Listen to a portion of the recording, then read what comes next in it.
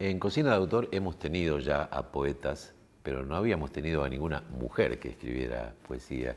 Hoy contamos con la alegre presencia de Mónica Sifrin, reconocida poeta y maestra de poetas, autora de libros como Novela Familiar o Un Barco Propio, que nos va a hablar de la singularidad de la escritura poética y de la transmisión de esa escritura desde la perspectiva de una mujer. Y le vamos a preguntar, y vamos a ver qué nos dice, si hay una escritura poética que sea particularmente femenina o no.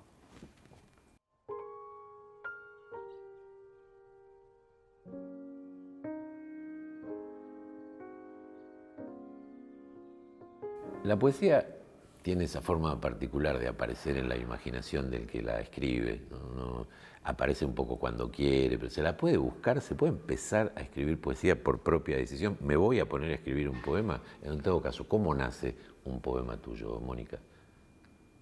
Bueno, un poco como vos decías, nace cuando quiere, digamos, ¿no? A mí me cuesta mucho la cuestión de la disciplina, de pensar que tengo que escribir tantas horas al día. A mí me parece que eso es más para novelistas, sí, ¿no? Esa cosa sí, tipo Hemingway que se levantaba todos los días, la página diaria, ¿no? totalmente.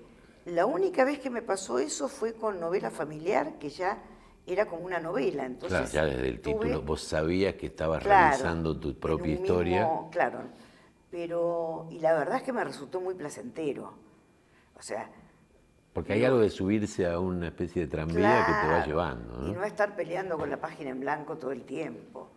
Pero después escribo cuando quiero, cuando tengo ganas, cuando tengo tiempo, y lo que se puede hacer, me parece a mí, es propiciar un poco, ¿no? La aparición de la poesía. O sea, por ejemplo, hoy tengo un día con varias horas libres. Este día trato de no pensar en todas las cosas prácticas que tengo que resolver y me siento, ¿no? Y no es algo que suceda muchas veces, pero sentarse y tratar de alejar las obligaciones, Los ruidos, digamos, de la vida los ruidos de diaria. la vida práctica, pueden propiciar la aparición de la poesía. Ni siquiera te puedo decir si la poesía que sale es buena o mala, No, claro, eso. pero Pero hay más posibilidades de una que la musa aparezca. ceremonia, silencio, cafecito, Soledad. soledad, ¿no? Y sin interrupciones. ¿Tenés un lugar de escritura donde te sentís más cómoda o donde te agarra, te pones a escribir? Mira, en mi casa tengo un living y tengo un escritorio.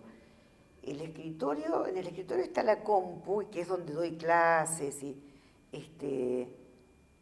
a veces me gusta irme al living porque el escritorio lo noto como más asociado al laburo. Entonces en el living tengo la mesa grande como para escribir, ¿no? Pero sí, en cualquiera de los dos lugares puedo escribir. A veces quisiera que no esté la compu, que no esté la impresora. O sea que vos empezás a escribir a mano. A mano, sí. Siempre los poemas aparecen. ¿Y qué aparece primero? ¿Una idea? O supongo que deben ser distintas posibilidades, ¿no? ¿Aparece una idea a la que tratas de encontrarle palabras o aparecen frases que son tal vez posibles versos de inicio? O aparecen palabras sueltas o aparecen citas de algún libro, de algún poema. Estar leyendo te ha impulsado más de una vez, me imagino, a ponerte a escribir. Sí. Ahora, el año que viene, lo más probable es que me editen la obra reunida. Ah, qué bien. En hilos. Y bueno, tengo material inédito que va a estar ahí. Hubo algo, digamos, de alguna manera que fue una especie de a priori de eso, que fue el licor de mandarina, ¿no? Fue la antología. Era una antología, ¿no? Fue la antología. Pero vos sabés que había gente, no mucha, por supuesto que no somos tan populares nosotros, pero no como que se decepcionó, pero cuando vio el libro dijo, pero esto es una antología, como que esperaba la obra reunida, ¿no? No esperaba la antología. Entonces, bueno, no sé, a mí un poco de miedo me da, porque Obras Reunidas suena Algo definitivo, a clausura, pero en realidad eso es la obra completa. claro. La Ahora obra reunida. reunida Sí, son todos los libros que tenés hasta ahora, exactamente. que ya no se consiguen muchos, ¿viste? Entonces, bueno, me da ilusión y uno va a haber material inédito y uno de los materiales inéditos va a ser un libro donde todos los poemas van a ser como intertextuales, o sea, relacionados con otro poema de otro poeta, algunos apropiaciones, otros citas, otros imitación de la sintaxis, o sea, van a ser todos como conversaciones con otros O sea que ese textos. es un... ¿Y eso vos lo decidís a priori o te empezó a pasar y dijiste, esto Me funciona, empezó a permite... pasar y dije, esto me gusta, esto funciona, esto me gusta. Y Yo lo bueno, empecé a qué sé probar con lo de las citas, ¿no? Con empezar con epígrafes, Con incluso epígrafes, hasta pero también tenía un nombre para el libro, se iba a llamar Casa de Citas, Casa de Cita, bueno, Casa de Citas. jugando con la idea de eso, de De un un burdel. burdel, pero también de salir a la caza con Claro. Z de la cita, ¿no? Claro. Y bueno, eso, algunos poemas roban la sintaxis, otros roban un leitmotiv, otros, ¿viste? Sí, sí, sí, o Ese, cierta manera de metaforizar, de sí, jugar con las imágenes. sí, hay unos tangos, pero que están basados en tangos reales. Bueno, y así, qué sé yo, me faltarán 5 o 6 poemas como para completar un libro. Empezás a mano y en esa escritura a mano que generalmente tratás de que sea en el living, que es el ámbito no laboral, digamos así, que es el escritorio, donde está la Sí. computadora y donde das clases, llegás a versiones, llegás a completar un poema entero, por ejemplo, y después, ¿cómo sigue eso?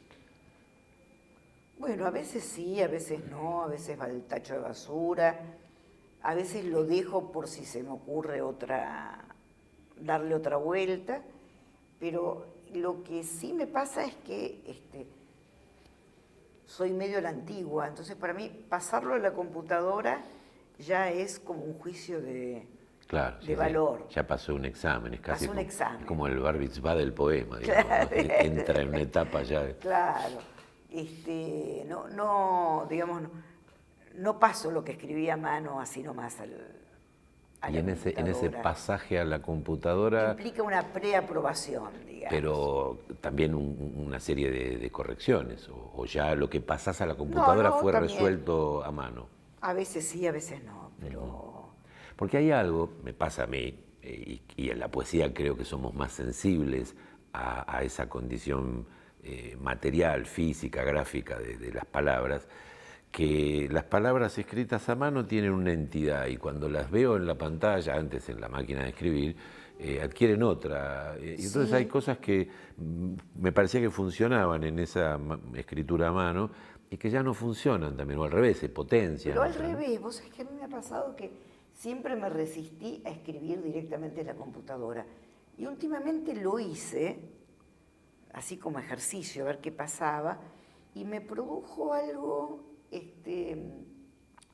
como algo más separado de mí, algo un poco más ajeno, que me vino bien. Claro, una mayor distancia, Una digamos, mayor respecto de distancia lo que que me vino escribías. bien. Es que además físicamente ocurre, ¿no? En el sentido de que la escritura a mano, digamos, es uno y la escritura somos uno casi, Claro, ¿no? claro. Es como una prolongación de uno lo que va escribiendo. Lo otro está el teclado, la pantalla, Claro. que según tengas una notebook o una computadora de escritorio, hay una distancia mayor y casi es como que estás viendo una película de tu propia escritura, ¿no? Claro, claro.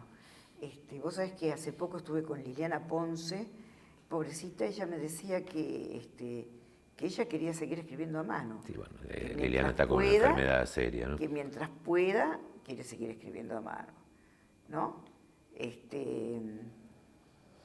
Bueno, eso. Entonces el pasaje... Vos sos, sí. como yo, también periodismo en papel pautado, Claro, la sí. computadora tarde. 56, 60 caracteres. Caracteres.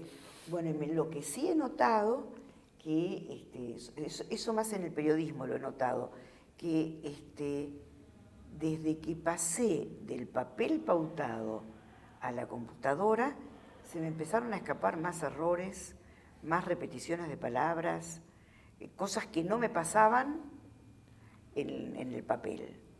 Curioso porque algo ahora, perceptivo, no ahora sé tenés qué el es. buscador, ¿no? Que es, de alguna manera compensa esas distracciones. Yo no sé, pero no sé por qué, porque yo era la misma, la nota que escribí era la misma, pero ¿por qué se me escapaban más errores?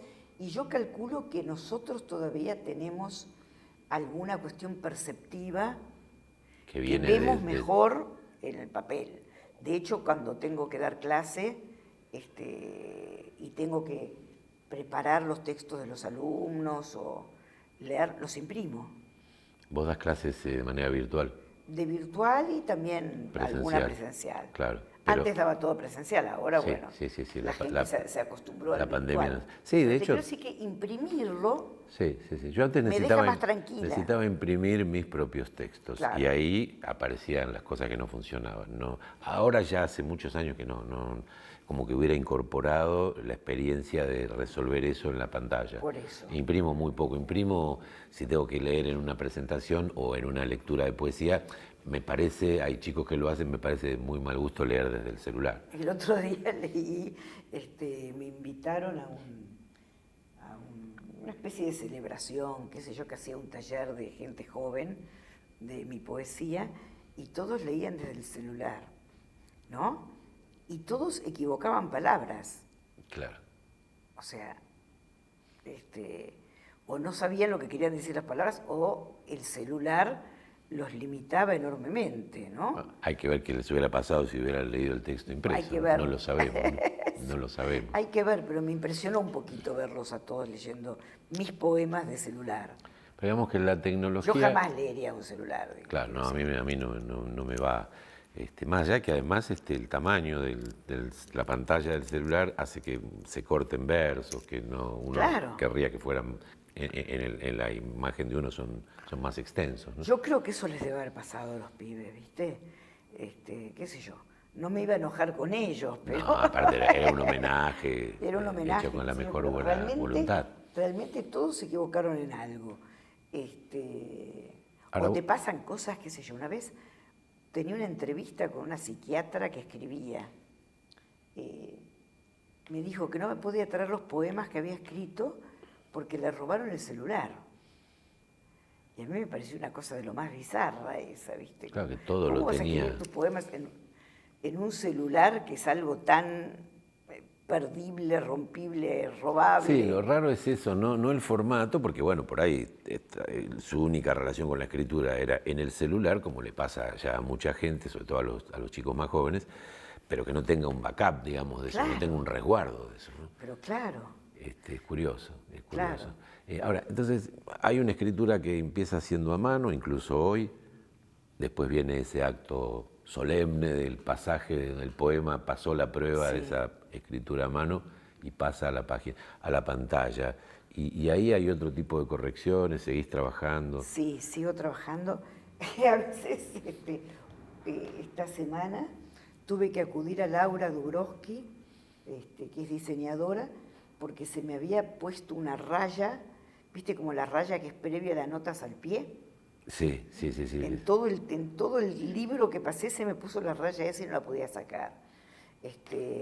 O sea que también se me presentan problemas al Hay veces pasarlo que el a la archivo, yo computadora. siento Sí. como que queda embrujado, queda Sí. capturado por una distorsión que uno no sabe Que uno no cómo sabe cómo exorcizar. Yo a veces copio el texto y lo copio en otro archivo y de todas maneras se lleva ese mismo problema al archivo. Laura nuevo. me dijo que ella no lo podía resolver, no le podía encontrar la vuelta. Entonces me dijo, mira, copialo todo, Claro, es la única que te pasarlo a cabe. otro archivo. Y al otro archivo también me llegaron algunas rayas. Qué sé yo, el día que decida entregarlo voy a copiar poema por poema en un Se te archivo coló nuevo y tu listo. propia rayadura dentro del Claro. texto. Pero sí, una vez pasado a la computadora también hay correcciones y hay, a ver, yo soy como medio tajante en el sentido de que soy capaz de sacrificar medio libro. Si llegas a la conclusión, después de revisarlo ya Después de la de conclusión de que revisarlo, no... yo digo, esto no sirve, esto no es, y no me da pena sacar poemas. Sacar poemas, sacrificarlos, La experiencia... hasta libros enteros, digamos, La experiencia ¿no? indica en poesía casi en un 90% que en general menos es mejor. Sí. O sea, siempre le está sobrando algo a un poema. Sí, sí. A veces le puede faltar un final, un buen remate, pero en general uno peca por exceso cuando escribe. Sí, o no es lo suficientemente bueno, o no me entusiasma, me resulta ajeno, ¿viste? Entonces soy dura conmigo misma, quiero decir. ¿En cuándo sentís que el poema ya no te deja hacer más nada, que te dice, ya está, soy así? Lo siento, no te Pero puedo decir, es pero... una percepción, ¿no? Sí, Ya es, no... es más, yo haría con amigos poetas eso que se hace en el juego de las cartas, Malbón, creo que se llama, las cartas que no sirven en el truco. Maldón. Maldón, El Maldón, ahí cuando te está. tocan 2 4 Que te tocan, entonces yo te daría a vos, y un 5 de Guillermo, copas.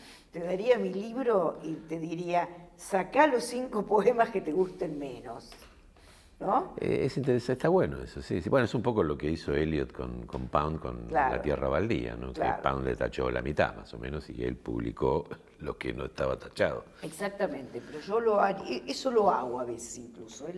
Te pido con toda sinceridad a algún amigo o amiga que lo lee, decime qué poemas no te gustan o te gustan menos o te parecen innecesarios. Sí, que redundan o que ya dicen Sí, más de lo que sí, se ha sí, dicho. sí. Está bueno eso, sí. Malbón decía yo, pero es Maldón. Maldón, claro, porque eso es haber recibido un maldón. Lo que te dieron no sirve. Claro, ¿no? sacalo. Tal cual. Y, digamos, la condición que tiene la poesía, el hecho de que uno va escribiendo pequeñas unidades, pequeñas criaturas irregulares que son los poemas aislados, Sí. hace que no siempre, algo que yo veo en más de un buen poeta, que los libros terminan siendo a veces rejuntes de poemas escritos más o menos bajo la misma zona inspirativa y época, y no tienen una unidad orgánica, ¿no? ¿Cómo se logra, cómo buscás vos que el libro tenga? Es por una cuestión, en novela familiar, como ya mencionaste, Sí, era una muy novela, claro. Claro. Y en otro libro, El barco propio también, el último Sí. libro, Un barco propio también es así. Sí, bueno, ahí yo además he tenido Sí, la vos posibilidad escribiste la de contratapa, leerlo sí, claro. detenidamente, y efectivamente es un libro además que Es un libro. hay una cita en ese título Claro, y hay un final. a Virginia Woolf, el famoso texto Un cuarto propio, Sí, y hay toda una pero aparte temática, hay toda una evolución y hay un final. exactamente un etcétera. desarrollo, digamos. Y es casi, medio como que se muerde la cola, lees el final. y vas al parece que principio, vuelve, sí. te devuelve, Sí. es como un loop. Sí, pero fuera de esos dos, yo te diría que, no te diría la palabra rejunte, te diría, y soy más como una escritora, no sé si es bueno o es malo, pero soy más como una escritora de series. O sea, Pero eso es un criterio también, no es un rejunte justamente. no, Más allá de que no sea por un ejemplo, orden qué sé yo, temático. por ejemplo, en Laguna hay 10, 11 poemas que tienen que ver con mi padre, y en el mal menor hay 10, 11 poemas que tienen que ver con el amor, digamos, pero no es el libro completo. Entonces sí podría decirte a lo mejor que el libro puede llegar a ser un rejunte de series. Pero O sea, que en el libro haya 4 o 5 series distintas, eso sí. Y suponés que a lo mejor incluso como efecto de lectura posteriori esas series diferentes dialogan entre sí, arman una cierta unidad mayor que cada una de las series, o no Yo te importa. creo que sí, pero no me preocupa demasiado. No me preocupa demasiado. O sea, tampoco no soy una defensora del libro como unidad absoluta, no. Soy más, como si te dijera, me interesa más el poema en sí mismo, un poema en sí mismo, que la armonía del libro. no son contradictorios, No, quiero no, decir, no, en no, absoluto. pero tampoco para vos imprescindible Para mí no es imprescindible que el libro sea, así como no es imprescindible que un libro de cuentos sea unitario tampoco. Ujú. Libro de cuentos uno lee montones de libros de cuentos que son rejuntes de cuentos Sí, sí, escritos. de distintos estilos, de distintas épocas, de distintos Sí, sí, de tonos. de tonos, ¿no? puntos de vista, Claro, temas. claro. ¿Qué corregís cuando corregís? ¿Qué es lo que te parece que hay que modificar? Palabras que no son las precisas, sonoridades del verso, ritmos que disuenan con lo que estás buscando. Bueno, la sonoridad es algo que me surge muy espontáneamente, o sea, es una cosa medio artesanal, ¿no? Que no necesito contar los versos para saber si... No necesito contar las sílabas para saber si sobra una o falta una. O sea, es algo que percibo Y espontáneamente. de oído, digamos. Y eso es una cosa que me importa mucho. Bueno, cacofonías, por supuesto, repeticiones, zonas blandas, inútiles, digamos, del poema, ¿no? Vos no solés trabajar demasiado, no digo ni como una virtud ni como un defecto, no como una observación objetiva. No solés trabajar mucho con la disposición de las palabras en la página, a veces sí, pero no sos, digamos, Padeletti, que hacía todo una especie No. de vivoreo de las palabras en la página, como si el poema tuviera que, de alguna manera, reproducir el mecanismo de la imaginación de él, ¿no? No. Pero sos sensible también a la ubicación de las palabras, la coreografía que arman las palabras en la página. ¿Cuándo hay que dejar un espacio? A veces hay poemas que van a la derecha, o sea, no respeto religiosamente el margen izquierdo, pero te diría de mí que no soy una persona muy visual en general. Claro, eso es lo que trataba de decir general recién. No soy visual. No es un rasgo, pero sí a veces aparece, o de repente sentir que no puede ser el poema una sola cosa de corrido, que tiene que haber pausas, tiene que haber estrofas, digamos, ¿no? Sí, hay pausas, blancos, hay versos corridos a la derecha, pero no soy una poeta visual. Y esas Tampoco cosas... soy visual en general, ¿eh? Claro. O sea, me pueden cambiar el obelisco de lugar y no me doy No cuenta. te enterás. No sé entender un mapa, no sé entender una guía, tengo un problema con lo visual. Yo soy bastante visual para escribir, pero en todo lo demás soy igual que vos. O sea, yo soy de las personas que sufren cuando están de viaje y pierden los 3 primeros días en saber cómo volver al hotel, digamos. Claro, sí. Para mí nunca visual... podría hacer eso que decía Benjamin, de que la mejor manera de conocer una ciudad es perderse, porque yo me pierdo siempre. Yo me pierdo y me angustio. Y lo sufro, me claro. Angustio, claro. Sí. Pero en la página, sí, en la página me gusta jugar. No te digo que soy un poeta concreto, porque no va por ahí, pero sí he tomado algo de ese gesto, ¿no? Y me parece interesante. Bueno, a mí me pasaba en mis primeros libros, que además yo no sabía escribir a máquina, entonces yo escribo con 2 dedos. Entonces la parte de, ¿cómo se llamaba? Tabulación. Sí. La parte de tabulación me resultaba complicadísima, pero no era un tema de principios, era que no lo sabía hacer. Claro. Ahora sí, con la computadora puedo jugar más. ¿Cuántas cosas sería interesante hacer una arqueología de la escritura, no solo de los poetas, pero sobre todo de los poetas, porque es donde el texto sufre anomalías que en la prosa en general, salvo algunos prosistas que lo hacen también, no incurren, ¿no? Cuando se escribe en prosa se escribe utilizando todo el ancho de la caja. Pero pensaba, por ejemplo, en Juan L., que tiene esas largas tiradas que de repente aparecen con un signo de pregunta al final, nunca pone el signo de apertura, y que recién ahí te das cuenta de que todo lo que venías leyendo era una larga pregunta. Entonces, yo siempre me pregunté, y no tuve la posibilidad de conocerlo a Juan L., si eso no se debería a que él usaba una máquina de escribir inglesa, como las que usábamos casi todos, que no tenían el signo de apertura. O si era un ser. rasgo de estilo, ¿no? O si se le transformó en un rasgo de estilo algo que era una limitación técnica, ¿no? A mí me regalaron una tablet ahora con teclado americano y cuando pienso que tengo que escribir, que tengo que hacer escribir 3 signos distintos para hacer, Sí, es un padecimiento. para hacer un signo de interrogación, prefiero no usarla. No, algo sí gracioso que me pasó una vez, pero que es un chiste. Cuando saqué novela familiar, bueno, fue muy raro porque en esa época no había computadora, yo no tenía computadora y yo tenía que ordenar los párrafos que me habían salido medio borbotones, de una manera muy caótica. Entonces dije, ¿cómo hago para ordenar esto? Entonces me compré una hoja Canson número 6, fotocopié el material para no perderlo y una tijera y ganchitos de clip.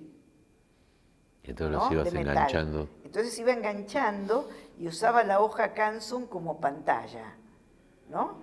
Y ese trabajo de orden me llevó como 3 meses. Claro, me imagino. Pero bueno, fue mi técnica para reproducir en la página cómo tenía que ir dispuesto el texto. Claro. Héctor Libertela escribía así. Aparte es un libro muy organizado, por lo cual la gente piensa que yo lo escribí ordenadamente.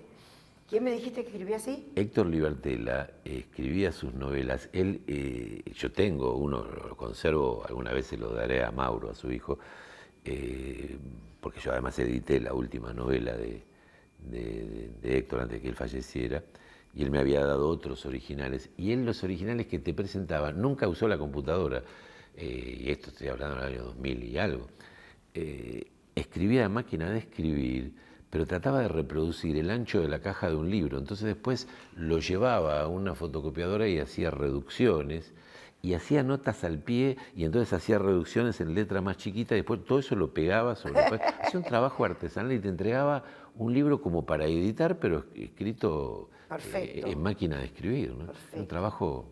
Bueno, no, lo que yo te iba a contar tenía que ver también con que no usaba la computadora, y cuando llevo novela familiar a Víctor Redondo, Víctor mira el material así, a la ligera, y me dice, bueno, pero esto hay que justificarlo. Y yo casi me pongo a llorar porque pensé que me estaba diciendo que tenía que justificar por qué había escrito eso. Claro, poéticamente. Claro, y justificar es... Claro, yo no conocía la palabra técnica, justificar, ¿viste? Él me lo dijo, ellos ya usaban como... Claro, bueno, sí, eran súper editados. Sí, claro, bueno, sí, yo saqué ahí en mi primer libro, Caracol, y... Caracol, me acuerdo. Tenían los estudios, los talleres ahí en Juan B. Justo. Yo vivía muy cerca, entonces iba siempre me quedaba después, íbamos a comer juntos a una fonda que era deplorablemente hermosa. Estaba Reinaldo, estaba Irene también en una época. Estaba Gustavo Margulis también, claro, que es el que se encargó después de hacer todas las grabaciones que ellos sacaron, que fueron muy interesantes. Hay algo la angustia que me agarró con la palabra justificar, no te la puedo... Claro, me parece extraordinario, porque claro, para una persona que no conoce los términos de la gráfica, lo primero que pensás es que yo ahora tengo que defender mi libro. Claro. Tengo que explicar por qué escribí lo que escribí. Claro, tengo que defender mi libro, o sea, me va a hacer pasar un examen para publicarlo, ¿no? Claro. Hablaste hace un rato de Un barco propio, no es el único, pero me parece que es uno de los libros donde más... deliberadamente se asume la condición femenina a la hora de la escritura. Es un tema que no tiene para mí solución, pero que sobre todo desde ciertos años para acá, y además con el saludable auge del movimiento feminista, sale a colación si hay o no una escritura femenina, en particular en poesía. ¿Vos creés que hay una escritura que se podría identificar como femenina por la condición de la escritura, no por la temática, ¿no? Porque de la temática, desde luego? Yo creo que por la condición de la escritura, no. Sí por las temáticas. Claro. Sí por las temáticas que por ahí pueden tener que ver con con el embarazo, con el parto, con la crianza, con la maternidad. Sí, o con la percepción de sentirse mujer con en la un mundo percepción de todavía ser- patriarcal, claro. ¿no? De Alfonsina en el sentido fue una extraordinaria pionera. Yo no creo en la poesía política, ni cuando se refiere a la política, ni cuando se refiere a la política de género tampoco. Claro. Es más, a veces me invitan a leer en eventos, o sea, soy feminista en términos De ciudadana. de principios, de ciudadana, Claro, pero no a en la la hora de poesía. escribir, claro. No en la poesía. Me invitan a leer, me ha pasado que se ofendieran conmigo incluso porque me han invitado a leer a una agrupación a la que pertenezco, que es Poetas por el Aborto Legal, y me han invitado a leer, y yo dije, bueno, pero yo no voy a leer sobre ese tema, yo no escribo sobre ese tema. Puedo leer poemas míos, cualquiera. Sí, sí, que una vez escritos podrían ser tomados como testimonios de una A lo cierta mejor manera. sí o a lo mejor no. Claro, incluso. pero por eso digo, a lo mejor podrían ser tomados, pero Claro. no fueron escritos con esa No finalidad. fueron escritos con esa finalidad. No, yo estoy de acuerdo, digamos. Además, si uno piensa de determinada manera en la vida, no necesita estar demostrándolo, tiene que ponerse de manifiesto en cualquier cosa que uno haga, ¿no? Claro, aparte... Escribiendo sobre una naranja, en general tiene que yo aparecer pienso esa que condición. la poesía política, así sea de política de género o política social, la poesía pide incertidumbre y la acción política pide certezas. Yo creo que hay una escritura política. Es muy poca la que me gusta, ¿eh? Que yo mismo la practico de vez en cuando, pero no la considero, yo no la pondría en un libro mío de poemas, o sea, la considero una herramienta, un artefacto verbal que busca, para expresarte, que busca claro. expresar y sacudir o provocar algo en Claro, alguien que la lea, claro. pero no digo esto es un poema. Es Claro. un artefacto que por ahí tiene la forma de un soneto, o de una cuarteta, o de un poema en verso libre. ¿No? Y hay grandes poemas políticos. Cadáveres de Perlón, que Cadáveres es es un un gran gran poema. poema político. Hay poemas políticos, aunque no se note tanto, de Juan L. Claro, y sí. Cuando habla sí, de los sí, sí. compañeros que no pueden disfrutar de eso que él está disfrutando. Poemas políticos de Exactamente, Juan L. sí, me cuando dice gustan mientras mucho. yo estoy ocupado acá junto al Claro, fuego, claro. hay gente, ¿no?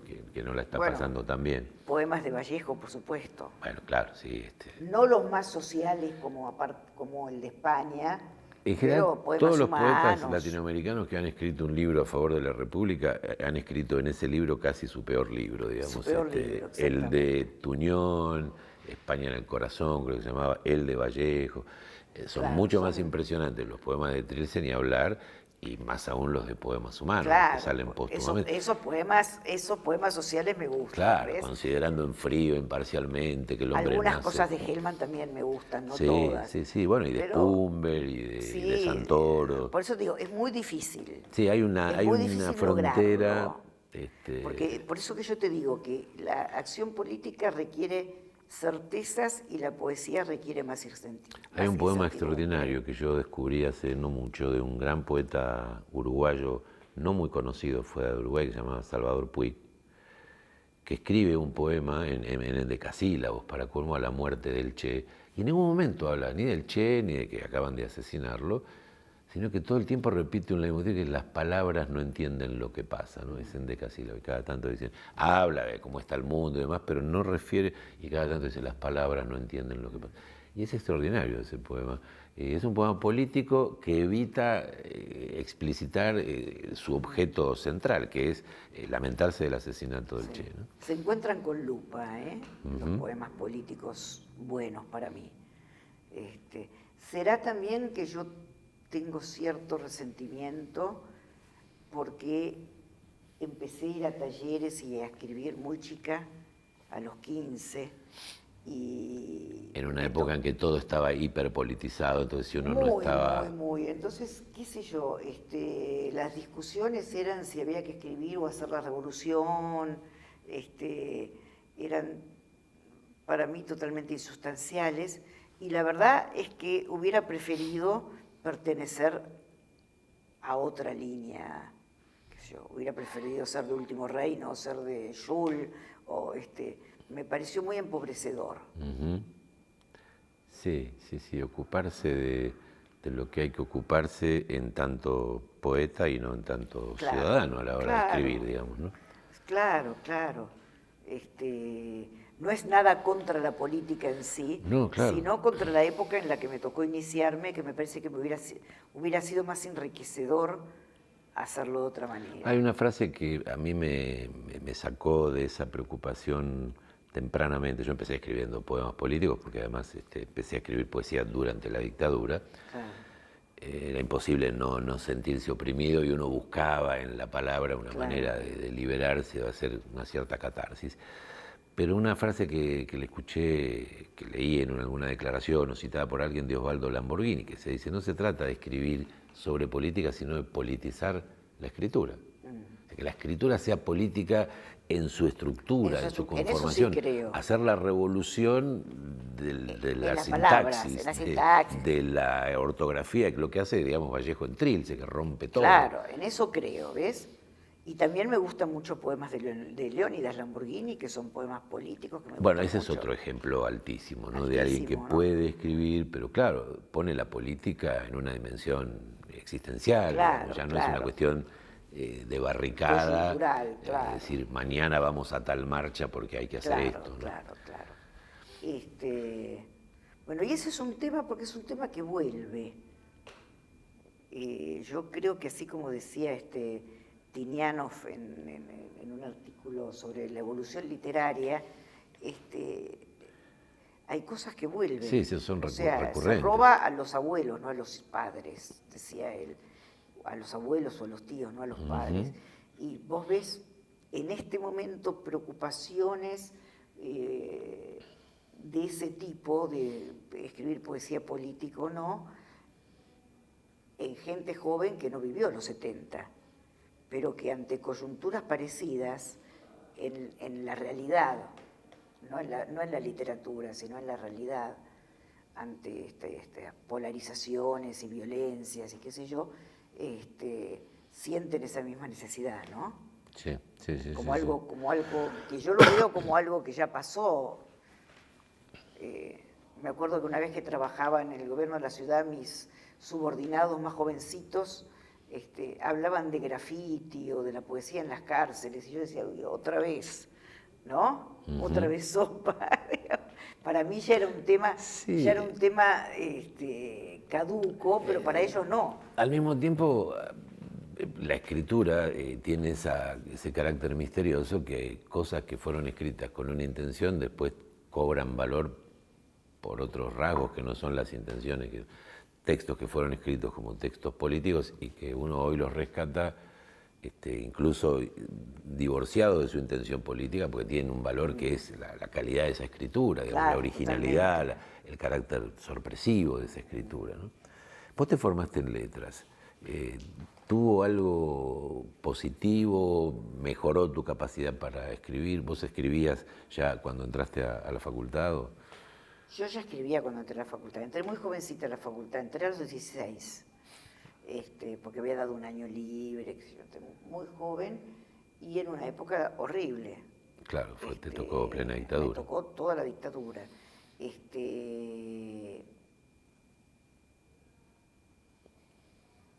Debo decir que me ayudó en haber leído algunas cosas que no hubiera leído de otra manera. No se escribía en esa época en la facultad, no se hacía trabajos casi, monografías, los exámenes eran orales. Claro, no se podía promocionar entregando un trabajo. No, claro, entonces se escribía poco, y los profesores eran de terror, eran muchos Opus Dei. Yo la verdad es que si hay algo que lamento profundamente es no haber hecho la facultad después. Claro. Lo que pasa es que yo ya estaba embarazada y cuando volvieron los profesores de la democracia. Y en esa época a mí solo ya me interesaba terminar la facultad y ocuparte de tu hijo y de tu vida, claro. Ocuparme de parir, digamos, claro. y criar. Y tampoco tuve el tiempo, porque trabajaba también, no tuve el tiempo de hacer fila ad honorem, porque aparte los profesores que vinieron nuevos, hablo de Ludmer, Beatriz Arlo, Sí, Viñas, Nicolás Rosa, Gitric. en general ya traían a sus delfines de de los grupos privados que habían tenido durante la dictadura, de los cuales yo ni estaba enterada, pero ya venían con su gente. Sí, lo que se llamaba la Universidad de las Catacumbas. La Universidad de las Catacumbas ya venían con su gente, con Alan, con qué sé yo, y entonces nosotros quedamos medio como la generación del sándwich, ¿no? O sea, no quedamos ni enlazados a los profesores de la dictadura, ni, salvo muy raras excepciones, ni cercanos a los profesores nuevos, ¿no? Claro. Pero igual a lo que iba era si esto te había ayudado a mejorar tu escritura creativa, tu escritura poética, o simplemente te sistematizó lecturas, conocimientos. Por lo menos fuiste una escritora un poco menos ingenua, digamos así, después de haber hecho la carrera. No mucho. Te diría que soy una sobreviviente de la carrera de letras. Por haberla cursado en esos años. Por haberla cursado y por no haber dejado de escribir, como le pasó a tantos compañeros míos, ¿no? Claro, que no te mató a la escritora. No me mató la escritura porque yo simultáneamente, o sea, en determinado momento sentí ya que la carrera era un trámite, era algo para recibirme y conseguir trabajo. Y el último año fue muy disfrutable, ¿no? El último año fue muy disfrutable, pero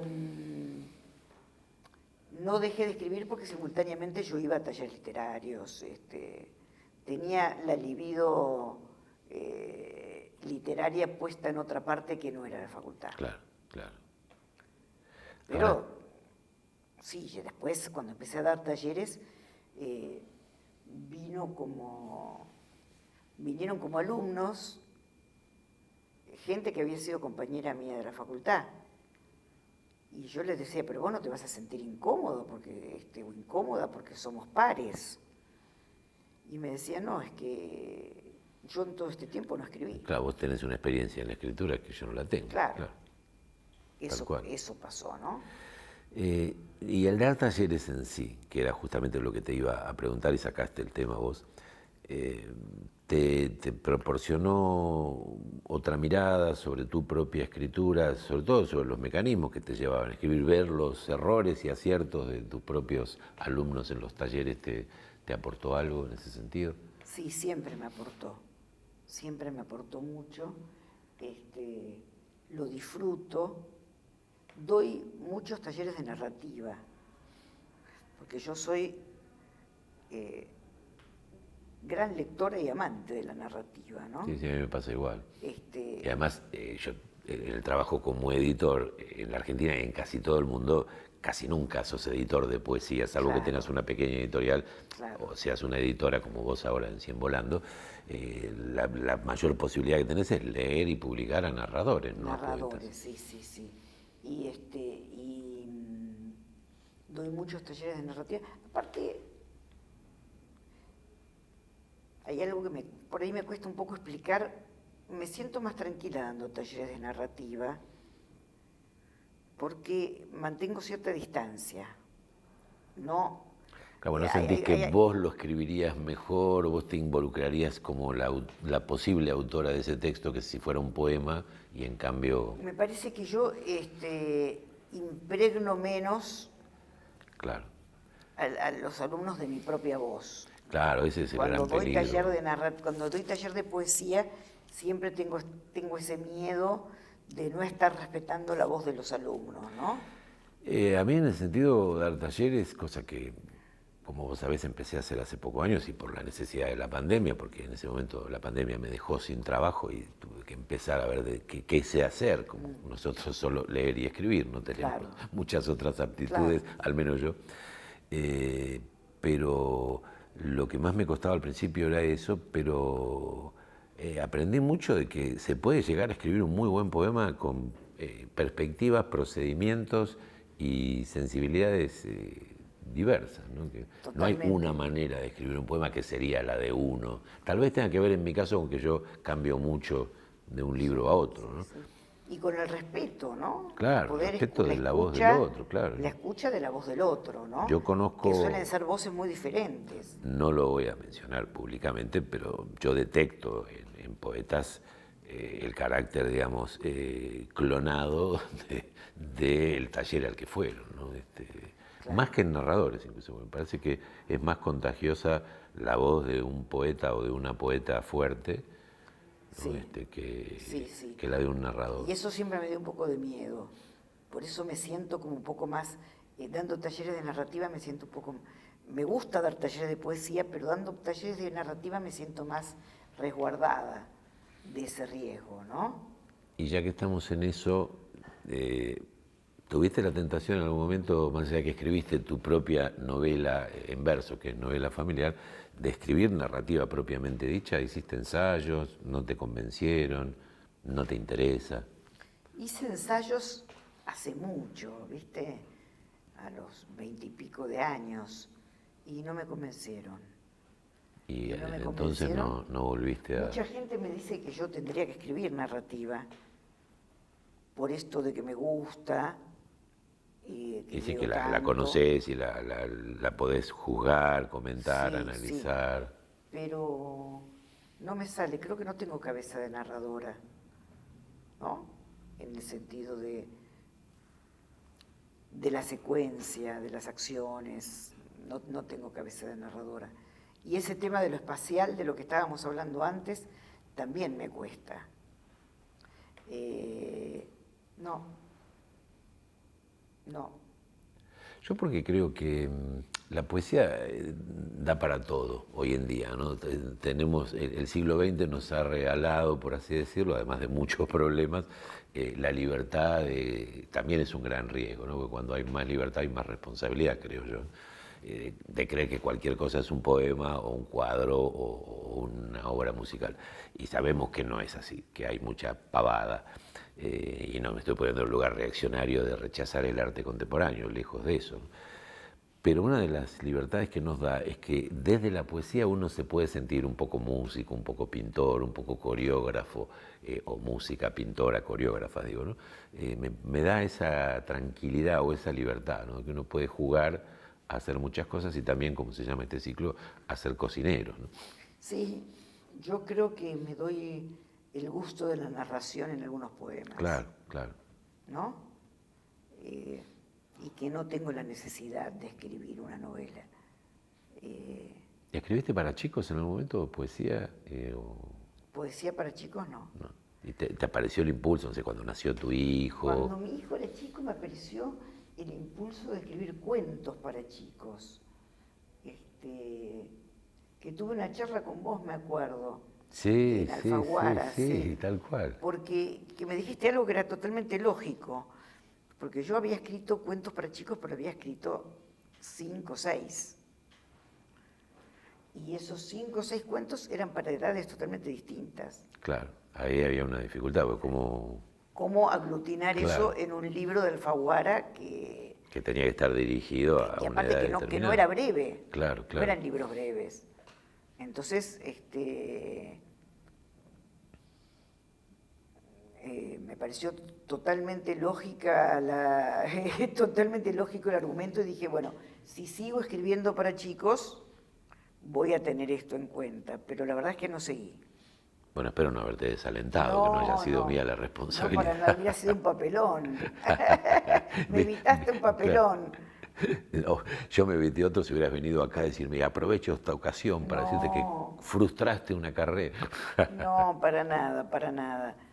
Bueno, me alegro. Y el trabajo en el periodismo, imagino que también te ha sido útil, ¿no? El trabajo en periodismo es maravilloso. Creo que mi primera nota a los 25 años más o menos la escribí en Clarín,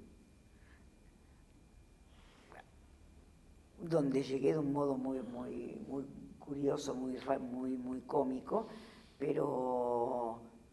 Y después seguí ahí durante 20 años, que era casi, después como colaboradora permanente. Me encantaba. Yo te diría que ese trabajo me encantaba, era que me pagaran por leer. Me tomaba muy, muy en serio cada nota, leía muchísimo. O sea, creo que todo lo que no me dio la facultad, me lo dio el periodismo Ahora, cultural. ¿tuvo alguna utilidad? En mi caso lo reconozco clarísimamente, ¿no? Para escribir poesía, esta cosa de escribir contra el tiempo, ¿no? Porque hay un plazo, sobre todo cuando estás en la redacción, ¿no? Que de repente toca escribir, me ha pasado, sobre la muerte de Daniel Moyano, escritor que yo admiraba y había leído, pero tener que ir al archivo porque no tenía en la cabeza todos los libros que había leído y tenía que tener 50 líneas, pero de repente entra un aviso y tenés que sacarle 10, y tenés que tratar de decir lo mismo que habías dicho con 10 líneas más. No sé, yo creo que traté de ser bastante... la docencia en la escuela secundaria no me gustó cuando me recibí, salvo 2 o 3 grupos lindos, los demás me hinchaban, y creo que traté de ser bastante docente cuando escribí periodismo cultural, ¿no? Eso, que el lector se quedara con algo. Que el lector se quedara con algo, sí, que el lector se quedara con algo. Adoré ese trabajo, llegó un momento en que me saturó, no, hubo un momento en que no quise escribir. Ahora mismo, si me pedís que escriba una reseña, no puedo, como si hubiera perdido totalmente la práctica. Pero lo hacía a destajo.